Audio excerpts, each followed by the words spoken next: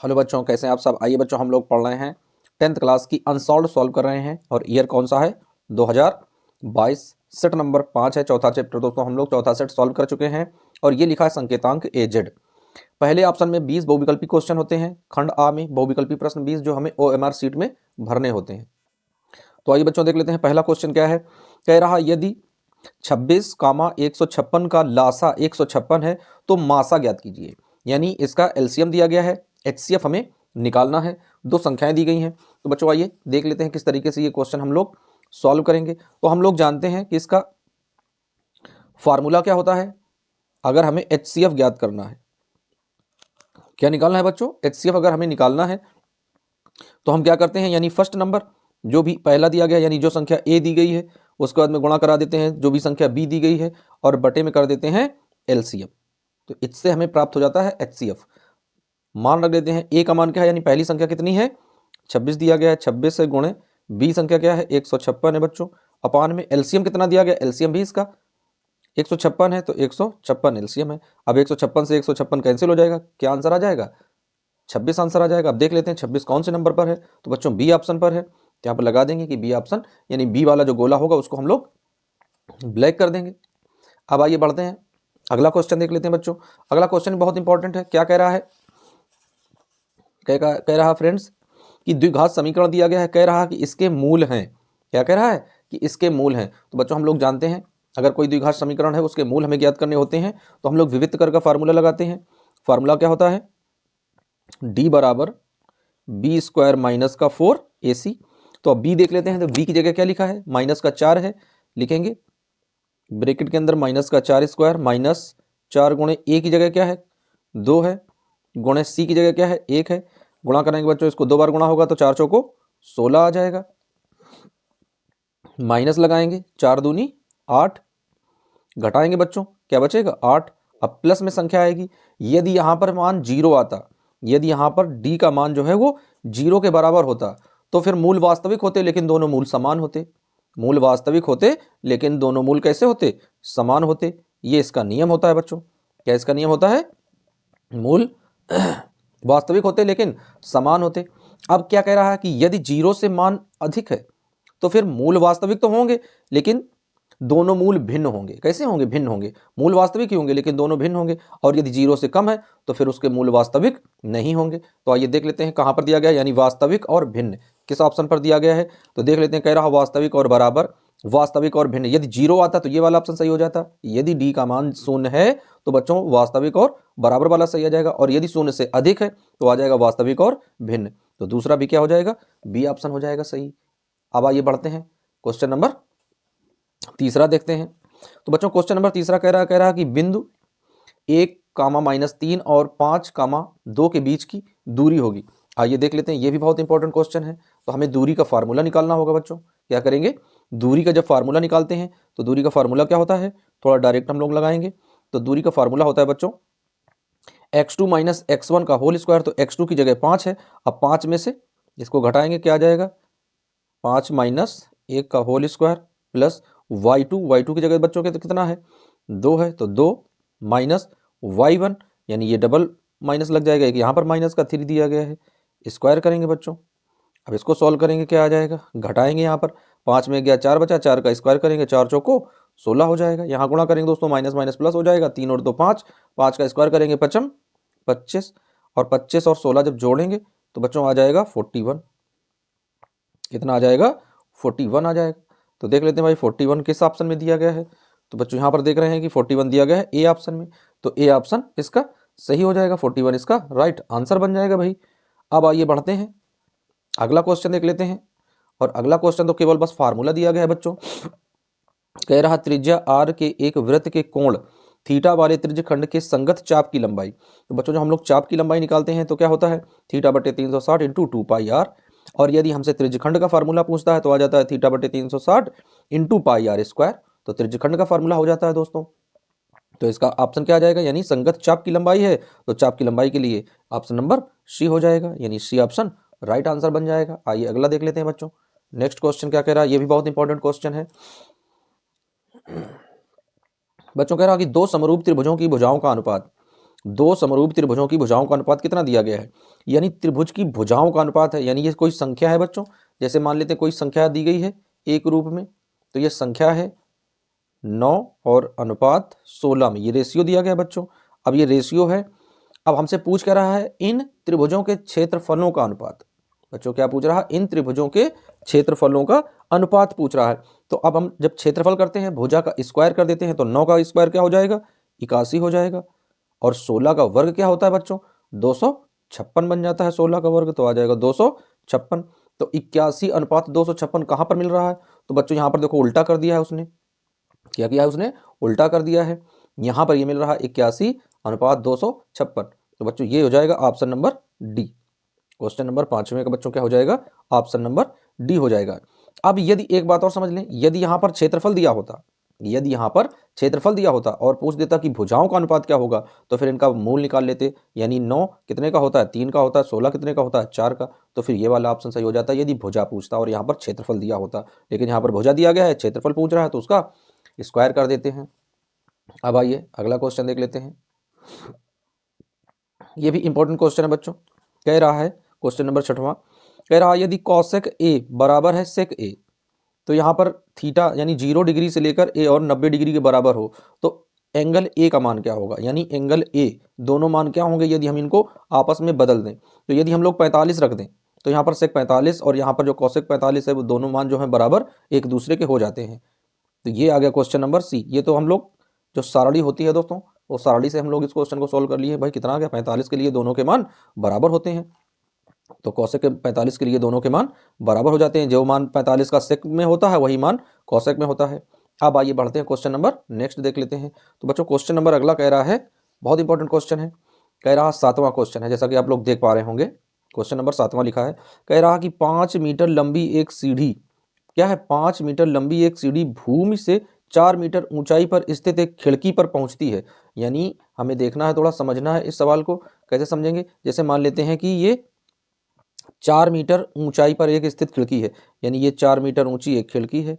इस तरीके से यहाँ से एक ऐसे सीढ़ी लगाई गई है, ये सीढ़ी लगी है, सीढ़ी की कितनी है, 5 है। अब यहाँ से हमें ये दूरी ज्ञात करनी होगी, ये हमें डिस्टेंस ज्ञात करना होगा। मान लेते हैं ये ए है, ये बी है, ये सी है। तो यहाँ पर पाइथागोरस प्रमेय लगाते हैं बच्चों। तो जब हम लोग पाइथागोरस प्रमेय लगाते हैं, तो ये हो जाता है लंब, ये हो जाता है आधार और ये हो जाता है कर्ण। जब बड़ी भुजा निकालते हैं तो दोनों भुजाओं के वर्ग करके जोड़ देते हैं, लेकिन जब छोटी भुजा निकालते हैं तो घटा देते हैं। तो 5 का वर्ग करेंगे बच्चों, क्या आ जाएगा, 25, माइनस 4 का करेंगे कितना आ जाएगा, 16। अब घटाएंगे दोनों तो आ जाएगा 9, और 9 कौन संख्या का वर्ग होता है, तो ये होता है 3 का वर्ग। तो ये क्या आ जाएगा, ए बी बराबर 3, तो आ जाएगा 3 मीटर। दोस्तों क्या है, 3 मीटर की दूरी। तो दीवार के आधार से सीढ़ी के निचले सिरे तक की दूरी कितनी हो जाएगी, वो दूरी हो जाएगी बच्चों 3 मीटर। कितनी हो जाएगी, 3 मीटर। अभी आपको हमने बता दिया, यानी 5 का स्क्वायर करेंगे और 4 का स्क्वायर करेंगे, दोनों आपस में घटा देंगे, उसका फिर मूल निकाल लेंगे, तो 4 आ जाएगा। अब आइए देख लेते हैं अगला क्वेश्चन, बहुत इंपॉर्टेंट क्वेश्चन ये भी कह रहा है, इसे भी समझते हैं और इसको सॉल्व करने का प्रयास करते हैं बच्चों। कह रहा है कि निम्न रैखिक समीकरणों के युग्मों को हल कीजिए। भाई 2 समीकरण दिए गए हैं, कह रहा कि उनके युग्मों को हल करना है। तो आइए देख लेते हैं कैसे हल करेंगे। पहला क्या दिया गया है, x दिया गया है बच्चों प्लस 2y बराबर में है 19। यहाँ क्या दिया गया बच्चों, माइनस का x प्लस का 2y और बराबर में दिया गया है 1। अब इसे हम लोग लगाएंगे जोड़कर। कैसे लगाएंगे, जोड़कर। तो प्लस का 1 माइनस का x, तो x समाप्त हो जाएंगे, जोड़ेंगे तो 2 और 2 4y हो जाएगा। यहाँ पर जोड़ेंगे तो 19 और 1 20 हो जाएगा। अब बच्चों जो हम लोग y की वैल्यू फाइंड करेंगे, तो 20 ऊपर हो जाएगा और 4 नीचे हो जाएगा। अब इसमें भाग देंगे तो 4 एकम 4 और 4 पंचे 20, यानी y का मान कितना आ गया, तो बच्चों y का मान जो है वो आ गया 5। y का मान कितना है, वो आ गया 5। हम दो लोग देख रहे हैं कि y का मान 5 कहाँ पर दिया गया भाई, y का मान 5 कहाँ पर है, तो दोस्तों y का मान ये लिखा है 5, y का मान ये है 5, क्योंकि यहाँ पर 5 प्लस में आया है, देख रहे हैं आप लोग प्लस में है। यहाँ पर क्या दिया गया है, ये प्लस में है, लेकिन यहाँ पर ये माइनस में संख्या दी गई है, तो माइनस में तो आना नहीं है। यहाँ पर देख लेते हैं, अगर y की वैल्यू भी रख लेते हैं तब भी हम लोग देखेंगे कि क्या आंसर आ जाएगा। यहाँ पर y का मान 5 दिया गया है बच्चों, तो देख लेते हैं कौन सा ऑप्शन सही हो जाएगा। तो बच्चों ऑप्शन सही हो जाएगा सी नंबर। क्या सही हो जाएगा बच्चों, 8वें का सी सही हो जाएगा। C option is right answer. अब आइए बढ़ते हैं, नेक्स्ट क्वेश्चन देख लेते हैं बच्चों, बहुत इंपॉर्टेंट क्वेश्चन है ये भी। क्या कह रहा है? कह रहा है कि एक लंबवृत्तीय बेलन की त्रिज्या, बच्चों क्या है? लंबवृत्तीय कोई एक बेलन है और बेलन की त्रिज्या बच्चों दी गई है क्या? आर बराबर कितना है? 7 सेंटीमीटर है बच्चों। आर बराबर 7 सेंटीमीटर है। ऊर्ध्वाधर ऊंचाई कितनी है? 8 है, यानी एच कितना है? 8 दिया गया है। पूछ क्या रहा है कि बेलन का वक्र पृष्ठ ज्ञात कीजिए। तो बेलन का वक्र पृष्ठ क्या होता है बच्चों? 2 पाई आर एच, ये फार्मूला होता है। यहाँ पर मान रखेंगे तो आ जाएगा 2 गुणे पाई का मान होता है 22/7 और गुणे आर भी 7 है और इंटू एच की जगह 8 है। कट करेंगे तो ये दोनों 7 से 7 कैंसिल हो जाएंगे, 8 दूनी 16 हो जाएगा। तो आ जाएगा 22 गुणे 16। 16 का गुणा करेंगे बच्चों, 16 दूनी 32 की 2 हासिल 3, 16 दूनी 32, 32 और 3 35, 352 सेंटीमीटर स्क्वायर। देख लेते हैं कहाँ पर आंसर आ रहा है, 352 सेंटीमीटर स्क्वायर। तो बच्चों ऑप्शन नंबर बी कह रहा है। क्या कह रहा है? 352 सेंटीमीटर स्क्वायर। तो ये ऑप्शन इसका सही हो जाएगा। आइए अगला बढ़ते हैं, अगला क्वेश्चन देख लेते हैं। क्या कह रहा है बच्चों? यहां पर कह रहा है यदि कोई घटना घटित नहीं होती। क्या कह रहा है बच्चों? यदि कोई घटना घटित नहीं होती तो इसकी प्रायिकता क्या थी? दो चीजें होती हैं, यानी जैसे सिक्का होता है तो एक हेड आता है एक टेल आता है, यानी हेड भी आ सकता है और टेल भी आ सकता है। उसी तरीके से अगर कोई घटना चल रही है तो घटना हो भी सकती है और घटना नहीं भी हो सकती है।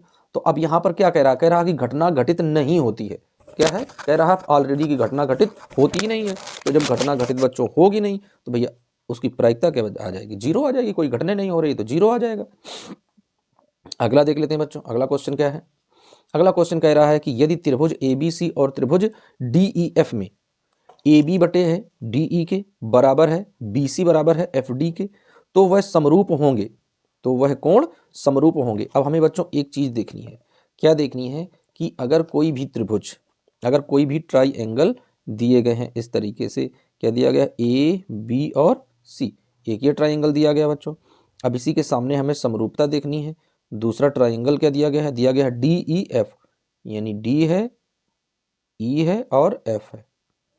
ये एक ट्राइंगल दिया गया है। तो हमें एक चीज बस ध्यान देनी है कि जो चीजें बीच में लिखी हुई हैं उन चीजों को हमें कैप्चर करके बाहर लाना है।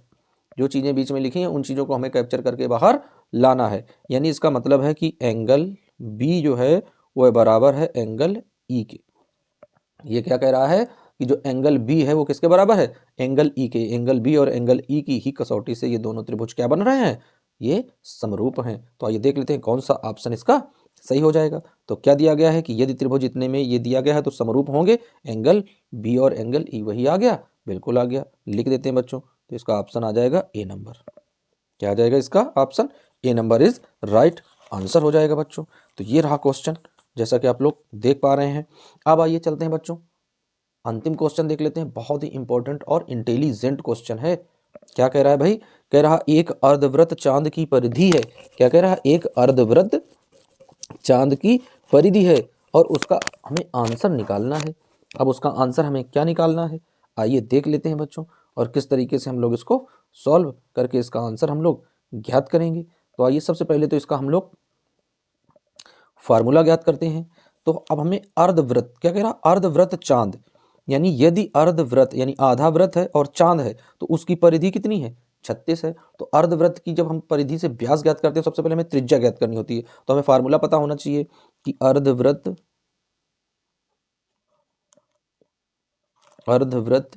की परिधि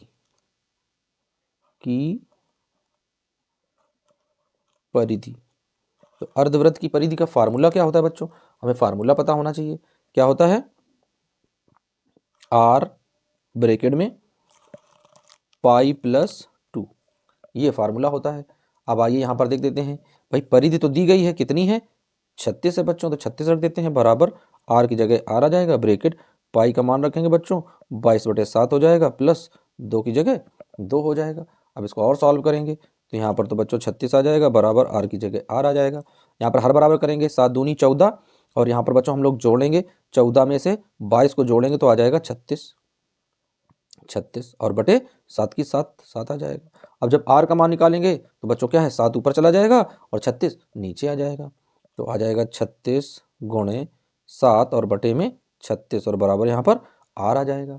तो यहाँ पर 36 से 36 समाप्त हो जाएगा। तो दोस्तों त्रिज्या कितनी आ गई? तो त्रिज्या आ गई है निकल कर यहाँ पर 7। अब पूछ रहा कि व्यास बताओ, तो हम लोग तो जानते हैं व्यास d बराबर क्या होता है 2r, यानी त्रिज्या का दुगना। तो बच्चों यहाँ पर आ जाएगा 7 गुणे 2, यानी 7 दूनी 14 सेंटीमीटर। तो त्रिज्या व्यास दोस्तों कितना आ गया 14 सेंटीमीटर व्यास आ गया। लेकिन अनफॉर्चुनेट यहाँ पर ऑप्शन क्या दिया गया है 10 दिया गया है, 60 दिया गया है, 45 दिया गया है और फिर यहाँ पर 15 दिया गया है। तो अब यहाँ पर इनमें से कोई भी आंसर सही नहीं आ रहा है। जो आंसर हमने निकाला है इनमें से कोई भी आंसर इसमें मैच नहीं कर रहा है।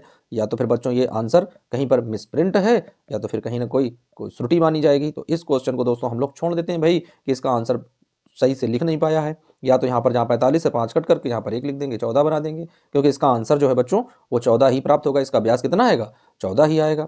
अब आइए बढ़ते हैं, नेक्स्ट क्वेश्चन देखते हैं। अब आइए बच्चों देख लेते हैं अगला क्वेश्चन क्या कह रहा है। तो बच्चों 13वां क्वेश्चन कह रहा है कि साइन थीटा बटे 1 प्लस कॉस थीटा किसके बराबर होगा। क्या कह रहा है बच्चों, साइन थीटा बटे 1 प्लस कॉस थीटा भैया किसके बराबर होगा। तो आइए इस क्वेश्चन को हम लोग सॉल्व करते हैं और देख लेते हैं कि इसका आंसर कैसे ज्ञात होगा। तो लिख लेते हैं, क्या लिखा है साइन थीटा बटे 1 प्लस कॉस थीटा। तो यहाँ पर लिखेंगे बच्चों कि भाई हमारे पास क्या उपलब्ध है साइन थीटा और बटे में है 1 प्लस कॉस थीटा। अब यहाँ पर हम लोग गुणा करेंगे और रेशनलाइज कर देंगे। क्या कर देंगे रेशनलाइज। रेशनलाइज का मतलब होता है, हिंदी में बोलते हैं परमेयीकरण। परमेयीकरण का मतलब होता है बच्चों जो भी हर दिया होता है उसका अपोजिट हर से हम गुणा करा देते हैं। यानी यदि प्लस चिन्ह है तो यहाँ पर माइनस चिन्ह से गुणा करा देंगे, यदि माइनस है तो प्लस चिन्ह से गुणा करा देंगे। तो बच्चों यहाँ पर जहाँ पर प्लस है हम लोग माइनस से गुणा करा देंगे, यानी 1 माइनस कॉस थीटा बटे 1 माइनस कॉस थीटा, और जो ऊपर रखेंगे वही नीचे रखेंगे। तो अब अगर कॉस से कॉस कैंसिल हो जाएगा पूरा, तो फिर से यही चीज़ आ जाएगी। अगर हम लोग एक में गुणा करते हैं तो ये नाइंसाफी होगी, अगर दोनों में नीचे ऊपर गुणा कर रहे हैं तो कोई फर्क नहीं पड़ता है। भैया हम लोग जितना इसको दे रहे हैं मटेरियल उतना इसको दे रहे हैं। तो अब आइए गुणा कराते हैं बच्चों। जब यहाँ पर गुणा कराएंगे तो यहाँ पर साइन आगे आ जाएगा। लिख लेते हैं क्या आ जाएगा साइन थीटा। इसको ब्रैकेट में थोड़ा कर लेते हैं, अच्छा लगने लगेगा, यानी 1 minus cos theta, bracket close कर देते हैं, अपान। अब यहाँ पर बच्चों देख पा रहे हो एक बार प्लस में है एक बार माइनस में है, तो यहाँ पर फार्मूला क्या लगता है, फार्मूला यहाँ पर लग जाता है ए स्क्वायर माइनस बी स्क्वायर। तो यहाँ पर बन जाएगा 1 माइनस कॉस स्क्वायर थीटा। क्या बन जाएगा बच्चों 1 माइनस कॉस स्क्वायर थीटा। और 1 माइनस कॉस स्क्वायर थीटा को हम लोग लिखते हैं क्या है साइन स्क्वायर थीटा के बराबर। तो अब साइन स्क्वायर थीटा का मतलब है कि इस वाले स्क्वायर से ये वाला साइन थीटा कैंसिल हो जाएगा। तो आंसर क्या आ जाएगा 1 माइनस कॉस थीटा बटे साइन थीटा। देख लेते हैं कहाँ पर आंसर है 1 माइनस कॉस थीटा बटे sine theta, 1 minus cos theta बटे साइन थीटा। तो 13 का कौन सा ऑप्शन बच्चों सही है सी नंबर। तो ये आ जाएगा option number C right answer हो जाएगा। आइए अगला देख लेते हैं, ये भी बहुत इंपॉर्टेंट क्वेश्चन है और एकदम से आसानी से बिल्कुल इस क्वेश्चन को हम लोग सॉल्व करेंगे। क्या कह रहा दिए गए चित्र में त्रिभुज का परिमाप होगा। बच्चों हम लोग जानते हैं कि जो स्पर्श रेखाएं होती है, ये एक वृत्त बना है, वृत्त की एक स्पर्श रेखा यहाँ से अगर हम लोग देखते हैं तो ये है एफ बी और यहाँ से है डी बी। ये दो इसकी स्पर्श रेखाएं हैं, तो इसकी भी लंबाई 6 है, इसकी भी लंबाई 6 है। यदि इसकी लंबाई 4 है तो इसकी भी लंबाई 4 है, इसकी लंबाई 5 है तो इसकी भी लंबाई 5 है। अब कह रहा है कि इसका हमें परिमाप ज्ञात करना। बच्चों हमें एक चीज़ ध्यान देनी होगी, जब कहेगा कि क्षेत्रफल ज्ञात करो तो हम लोग दूसरा फार्मूला लगाएंगे, जब कहेगा कि परिमाप बताओ तो हम भुजाओं को ऐड कर देंगे। क्या बोला, जब कहेगा कोई क्वेश्चन कि भैया क्षेत्रफल बताना है तो फिर फार्मूला लगता है बच्चों, और कह दे परिमाप बताना है तो भुजाओं का योग परिमाप के बराबर हो जाता है। आइए जोड़ देते हैं, क्या आ जाएगा बच्चों, यहां से जोड़ते हैं 5 और 5 10 हो गया, 5 और 5 10 हो गया, 6 और 6 12 हो गया, ठीक है ना बच्चों। और यहाँ पर जोड़ेंगे 4 और 4 8 हो गया, जोड़ देते हैं 6 6 12 12 8 20 और 20 और 10 30। देख लेते हैं कहाँ पर दिया गया भैया, बिल्कुल सही ऑप्शन है 30 सेंटीमीटर। यहाँ पर देख पा रहे हैं बच्चों क्या दिया गया है 30 सेंटीमीटर। 14वें का ए ऑप्शन ही सही होगा, तो लिख देते हैं यहाँ पर। अब अगला क्वेश्चन देख लेते हैं, ये भी बहुत इंटेलिजेंट क्वेश्चन है, आसान से एकदम से स्टेप्स में दिया गया है बच्चों।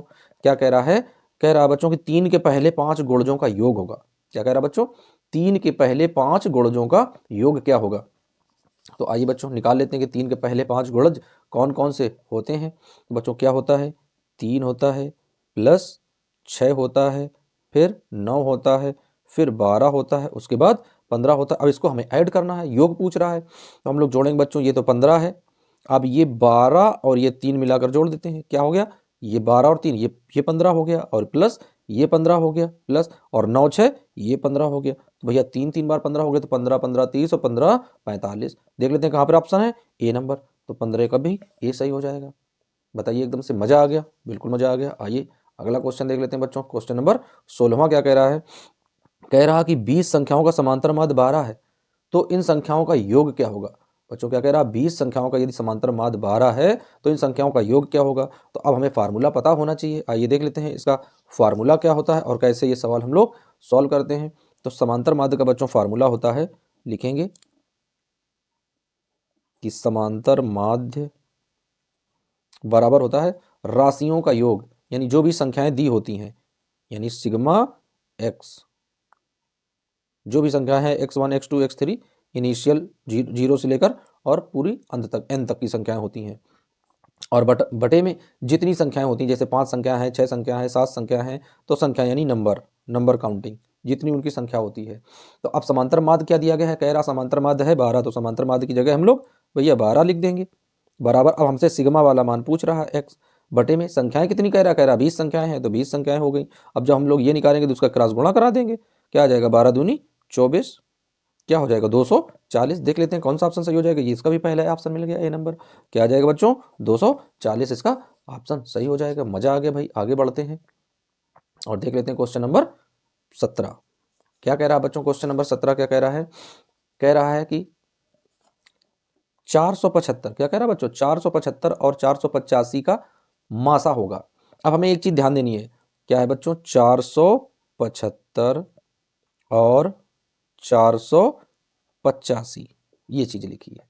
अब इतने से पूछ रहा है कि HCF बताओ, तो हमें ये तो पता हो गया कि यहाँ पर भी 5 मिल रहा है, यहाँ पर भी 5 मिल रहा है, दोनों संख्याएं 5 से कट रही हैं, बिल्कुल एकदम से कट रही हैं। लेकिन अगर नीचे 5 है तो जरूरी नहीं कोई संख्या 5 से ही कटे, अगर नीचे 5 है तो यह संख्या 3 से भी कट सकती है। तो हमें यह चेक करना है केवल कि क्या यह संख्याएं 3 से कटेंगी या नहीं कटेंगी। तो इसको देख लेते हैं, 7 4 11 और 11 और 5 कितने होते हैं 16। भैया 3 से तो ये संख्या कटने वाली है नहीं, तो जब 3 इसमें शामिल है नहीं तो फिर क्या हो जाएगा HCF हो जाएगा 5। क्या हो जाएगा बच्चों, HCF हो जाएगा 5 हो जाएगा। तो यहाँ पर क्योंकि 5 दोनों में नीचे दिए गए हैं तो देख लेते हैं 5 कहाँ पे है, तो ये रहा 5 बच्चों, सी नंबर। कहाँ पे रहा, सी नंबर। तो लिख देते हैं भैया कि ये C option is right answer. इन दोनों को जब हम लोग सॉल्व करेंगे तो 5 ही एक ऐसी संख्या होगी जो दोनों को डिविजिबल करेगी। अब जैसे इसमें 5 का भाग देकर हम लोग देख भी लेते हैं, तो 5 9 45 दोस्तों 9 आ गया। अब यहाँ पर 45 बचे 2 25 55 25 95 हो गया। यहाँ पर 5 से भाग देंगे तो 5 9 45। अब दोस्तों यहाँ पर 3 बचा 35 होगा, 5 7 35, यहाँ पर 95 है, यहाँ पर 97 है। अब कहीं पर कोई चीज़ मिल ही नहीं रही, केवल 5 ही मिल रहे हैं, तो 5 आ जाएगा। तो ऑप्शन नंबर 5 में लगा दिया गया है।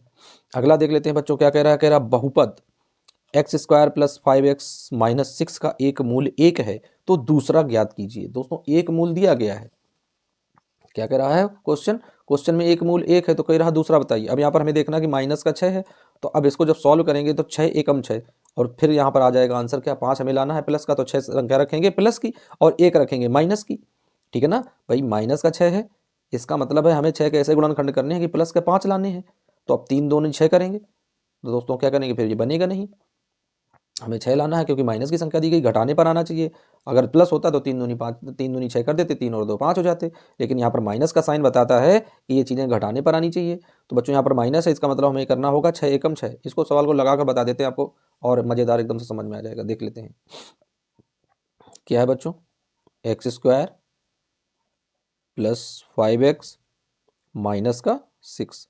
अब इसको दोस्तों सॉल्व करेंगे, क्या आ जाएगा, सॉल्व करने पर आ जाएगा यहाँ पर x² + 6x - x -6। ये एक ब्रैकेट में हो गया बच्चों और ये एक ब्रैकेट में हो गया। यहाँ पर हम लोग कॉमन लेंगे तो x बाहर मिल जाएगा, अंदर बचेगा x + 6। यहाँ पर हम लोग माइनस का 1 कॉमन ले लेंगे, माइनस का 1 कॉमन ले लेंगे तो आ जाएगा x + 6। दोनों ब्रैकेट एक समान हो गए। तो अब यहाँ पर क्या आ जाएगा बच्चों, यहाँ पर आ जाएगा x + 6 और x - 1। अब इनको 0 के साथ में जब कंपेयर करेंगे बच्चों तो क्या आ जाएगा x + 6 = 0। तो x बराबर, अब बच्चों यहाँ पर 6 प्लस का यहाँ पर आया माइनस का हो गया। यहाँ पर देख लेते हैं x - 1 = 0, तो x बराबर माइनस है तो प्लस आ गया। तो बच्चों एक मूल क्या है, एक प्लस का आ गया, दूसरा मूल क्या है माइनस का 6। देख लेते हैं कहाँ पर ऑप्शन दिया गया है, तो बच्चों ऑप्शन नंबर दिया गया है बी, माइनस का 6 मूल, तो ये आ गया। आइए अब आगे बढ़ते हैं बच्चों, देख लेते हैं अगला क्वेश्चन क्या है भाई। ये भी मज़ेदार क्वेश्चन है और इसे भी सॉल्व करने का हम लोग प्रयास करते हैं। क्वेश्चन नंबर है बच्चों 19वां। क्या कह रहा है बच्चों, क्वेश्चन नंबर 19वां कह रहा बिंदु दिए गए हैं, इतने और इतने के बीच की दूरी 5 है तो पी का मान बताओ भाई। अब बीच की दूरी का हमें फार्मूला पता होना चाहिए। क्या लगा देते हैं बीच की दूरी के लिए, लिखेंगे बीच की दूरी। बीच की दूरी फार्मूला क्या होता है, अंडर रूट ब्रैकेट में आता है x2 माइनस का x1 का whole square equal to y2 minus y1 का होल स्क्वायर। अब यहां पर हमें मान रखने हैं बच्चों, क्या आ जाएगा, सॉल्व करेंगे तो यहां पर बच्चों दिया गया है 4 दिया गया और p दिया गया, तो पहला क्या है x2 यानी 1 है, तो 1 माइनस x1 की जगह 4 आ जाएगा, स्क्वायर करेंगे प्लस y2 की जगह बच्चों क्या है, y2 की जगह 0 है माइनस y1 की जगह p है, स्क्वायर कर देंगे। दोनों के बीच की दूरी क्या है 5 है, तो 5 रख देंगे। अब इसको सॉल्व करेंगे आगे तो क्या आ जाएगा बच्चों, 4 में गया 3, 3 तियाँ 9 और प्लस p में करेंगे तो p का स्क्वायर हो जाएगा, यहाँ पर 5। अब हमें एक चीज़ देखनी है, यहाँ पर तो अंडर रूट है नहीं, लेकिन यहाँ पर ये रूट लगा हुआ है, इसे कैसे दूर करेंगे, तो इसे दूर करेंगे दोनों पक्षों का वर्ग करने पर। भाई इसका भी वर्ग करा देते हैं और इसका भी हम लोग ऐसे वर्ग करा देते हैं, तो जैसे वर्ग कराएंगे ये हो जाएगा 5 25 और इसका रूट कैंसिल हो जाएगा, आ जाएगा 9 प्लस p स्क्वायर। दोस्तों पक्षांतर करेंगे तो यहाँ पर ये प्लस का इधर आया माइनस का हो गया, तो यानी यहाँ पर आ जाएगा 25 माइनस का 9 और बराबर आ जाएगा p स्क्वायर। घटाएंगे बच्चों यहाँ पर आ जाएगा 16 बराबर p स्क्वायर। अब जब p का मान निकालेंगे तो यहाँ पर कौन संख्या का वर्ग है, तो यहाँ पर ये वर्ग है प्लस माइनस 4 का, तो p बराबर क्या आ गया बच्चों प्लस माइनस 4। तो देख लेते हैं प्लस माइनस 4 कहाँ पर दिया गया है, तो ये रहा बच्चों ए ऑप्शन में प्लस माइनस 4 दिया गया है, तो लगा देते हैं भैया टिक, 19वें का A option is right answer. अब आइए आगे बढ़ जाते हैं, एक क्वेश्चन और बचा हुआ है, बाकी के 20 क्वेश्चन इसमें थे बहुविकल्पी पोर्शन, और बहुविकल्पी पोर्शन हमने पूरा सॉल्व कर लिया है। आइए देख लेते हैं बच्चों। कह रहा एक पासे को फेंकने पर विषम संख्याओं के आने की प्रायिकता क्या है। बच्चों क्या कह रहा क्वेश्चन, कह रहा एक पासे को फेंका जाता है उसमें विषम संख्या आने की प्रायिकता क्या है। आइए देख लेते हैं कि पासा में पहले होता क्या क्या है। तो पासे में दोस्तों होते हैं 6 अंक, 1 2 3 4 5 6। तो अगर कुल संभावित परिणाम बनेंगे बच्चों तो कितने बनेंगे, 6 बनेंगे, क्योंकि 6 अंक होते हैं तो 6 संभावित परिणाम बन जाएंगे। अब इसमें से कह रहा है कि विषम संख्या आने की प्रायिकता क्या है। तो बच्चों विषम कौन है, 1 है 3 है 5 है। विषम संख्या कितनी आई, 1 2 3, यानी 3 विषम संख्याएं निकली, तो यहाँ पर 3 रख देते हैं। अब इनको कट करते हैं तो 3 निकलनी 3 और 3 2 आई 6, कितना आ गया बच्चों 1/2। देख लेते हैं कौन सा ऑप्शन सही है, तो option number B, option number B is right answer. तो आई होप फ्रेंड्स आप लोग समझ गए होंगे भाई कि किस तरीके से हम इन जो 2022 का दोस्तों पेपर था, ये कौन सा पेपर था, ये था 2022 का, और ये सेट नंबर है 5। कौन सा सेट नंबर है बच्चों, सेट नंबर है ये 5। तो ये सेट नंबर 5 हम लोग सॉल्व कर रहे हैं। आइए 20 क्वेश्चन के बाद में यहाँ पर देख लेते हैं किस तरह से पेपर आता है यूपी बोर्ड का। यहाँ पर देखो दोस्तों क्या कह रहा है क्वेश्चन, कह रहा है बिंदु ये दिया गया है, कह रहा है बिंदु इतने और इतने को मिलाने वाली रेखाखंड को किस अनुपात में बांटता है। तो यहाँ पर हमें अनुपात की संख्या ज्ञात करनी होगी। ये भी क्वेश्चन हम लोग ऑलरेडी सॉल्व कर चुके हैं, अपनी बुक से ही क्वेश्चन दिया गया है। फिर कह रहा है निम्नलिखित बारंबारता का बहुलक ज्ञात कीजिए। तो इस तरह का एक क्वेश्चन आता है, उसमें बहुलक अवश्य निकालना होता है। बहुलक की एक खासियत होती है, जो बारंबारता सबसे अधिक होती है वही उसका बहुलक वर्ग होता है। तो 9 सबसे बड़ी बारंबारता है, बहुलक वर्ग इसका ये हो जाएगा 55 से 70 के बीच का। तो आई होप फ्रेंड्स ये चीज़ें हम लोग समझ गए हैं। अब आइए देख लेते हैं, कह रहा है कि सिद्ध कीजिए। क्या कह रहा भैया, कह रहा है कि सिद्ध कीजिए कि 6 धन अंडर रूट 2 एक अपरिमेय संख्या है। तो बच्चों ये आप लोग हमेशा याद रखिएगा कि एक क्वेश्चन ये अवश्य आता है सिद्ध करने वाला कि यह ज्ञात कीजिए कि यह एक अपरिमेय संख्या है या नहीं है। तो इस तरह के क्वेश्चन बच्चों जरूर पूछे जाते हैं यूपी बोर्ड एग्जाम में। तो आप लोग अच्छे से तैयारी करते रहिए, और 18 तारीख से आप लोगों की परीक्षाएं हैं, इसलिए मेहनत से एकदम से मैथमेटिक्स में जी जान लगा दीजिए, झोंक दीजिए एकदम से पूरी ताकत। और इस बार सभी बच्चों के, जो भी बच्चे अनसॉल्व पूरा सॉल्व कर रहे हैं, यदि इस बार आप लोगों ने अच्छे से अनसॉल्व सॉल्व कर लिया तो बच्चे ये मान लीजिएगा कि 90 प्लस मार्क्स एकदम से कंप्लीट हैं सभी के। जो भी अनसॉल्व आपको सॉल्व कराए जा रहे हैं बहुत ज़्यादा इंपॉर्टेंट हैं। हम लोग 2022 से लेकर और 2025 तक के जितने भी सेट हैं सभी सेटों को हम लोग सॉल्व करेंगे। जो भी बहुविकल्पी पोर्शन है, 20 बहुविकल्पी पोर्शन जो होते हैं, 20 क्वेश्चन होते हैं, उनको हम लोग सॉल्व करेंगे। तो बच्चों बने रहिए वीडियो और चैनल के साथ, मिलते हैं फिर किसी नए वीडियो में। जब तक के लिए जय हिंद,